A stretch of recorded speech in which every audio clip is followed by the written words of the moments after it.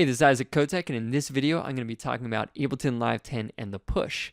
Probably not the features that you're expecting, but something that's really awesome that's coming out with how Live 10 deals with packs and the push. Now, normally, we're used to seeing the presets like this, right? Where you have these different controls and you can play them. Well, one of the updates in Push 2 was the ability to change the color of these different cells, where you can hold Shift, hit a thing, and change the color, right?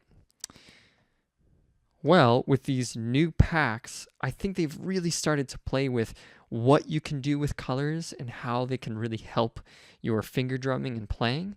So if we go to the layout, if I hit this a few times, you have to remember to do that, you get this new layout.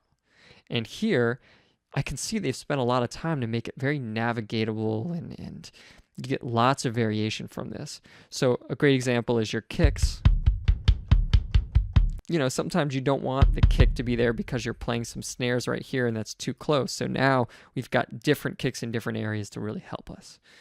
We also have all these variations. It's not just the same sample repeated. They're variations of these tom sounds. It's more obvious with these kind of shakers up here at the top. And this makes it very usable.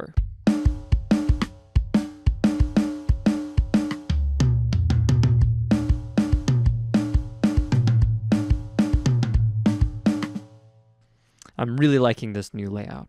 Now let's look how it's a little different how Live deals with presets in Ableton Live 10. Cool, so here is Live 10 beta. I'm super stoked to play with this.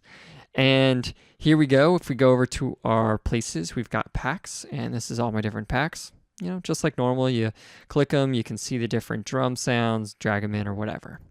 Well, if you scroll to the bottom, you can actually see updates for packs and you can download them, which is great that they have that ability to, you know, change things and you to easily access that, as well as they have available packs. And since my account, I'm logged in, it sees everything that's available and I can just download it right from here. I click one of these guys, it downloads it, and then I have the ability to install it. Super easy. Click install, loads it up, installs it. Super simple. Great, now let's look at one of the live packs that I've seen specifically for Live 10 in the beta release that I'm really enjoying. And that is what I just showed you with the different kits, and that is called Drum Booth. So the 1632 pad, yeah, that's kind of like normal, what I would expect, but these 64 pads is where it really shines. Another great example is if I throw in this finger snare. This is the one that I saw someone show off at Ableton Loop that blew my mind, and I really started to see where Ableton is going with these presets and packs, and I'm super excited about it. It's going to make it really easy and interesting for musicians, as well as giving a lot of sound designers new ideas of how to use the push. So here we are looking at the push, and you'll notice that the design in the 64 pad layouts, if I go like this, that's the 16, but then the full 64, what we have is, this is a snare drum representing it, and all these are the rim sounds, and each sample has been meticulously recorded to represent what it's like to get closer into the snare. And you have,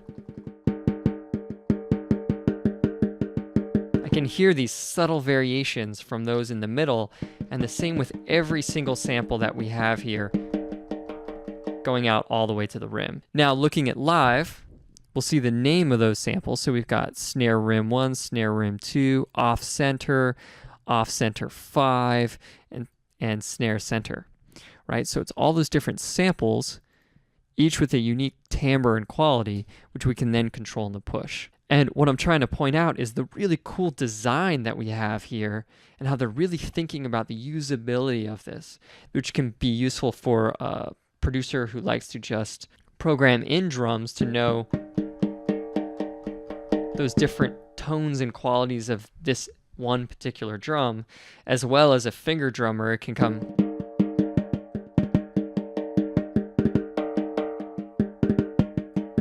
and he can really play and get variations from this single instrument. I'm loving where this is going. I have a feeling we're going to see a lot more of this with the Live 10 and Push, and I'm super stoked on it. And I'm going to implement some of these ideas into my own presets. Going to be working on a whole bunch, playing with really developing the ideas of coloring and the 64 pad on the Push. If you're looking to learn more about the Push, check our online course over at Beat Drop. We go over production, workflow, and how to quickly make music with the Push and get you up and started making the tunes that you have in your head. So check it out at Beat Drop. Link is in the description.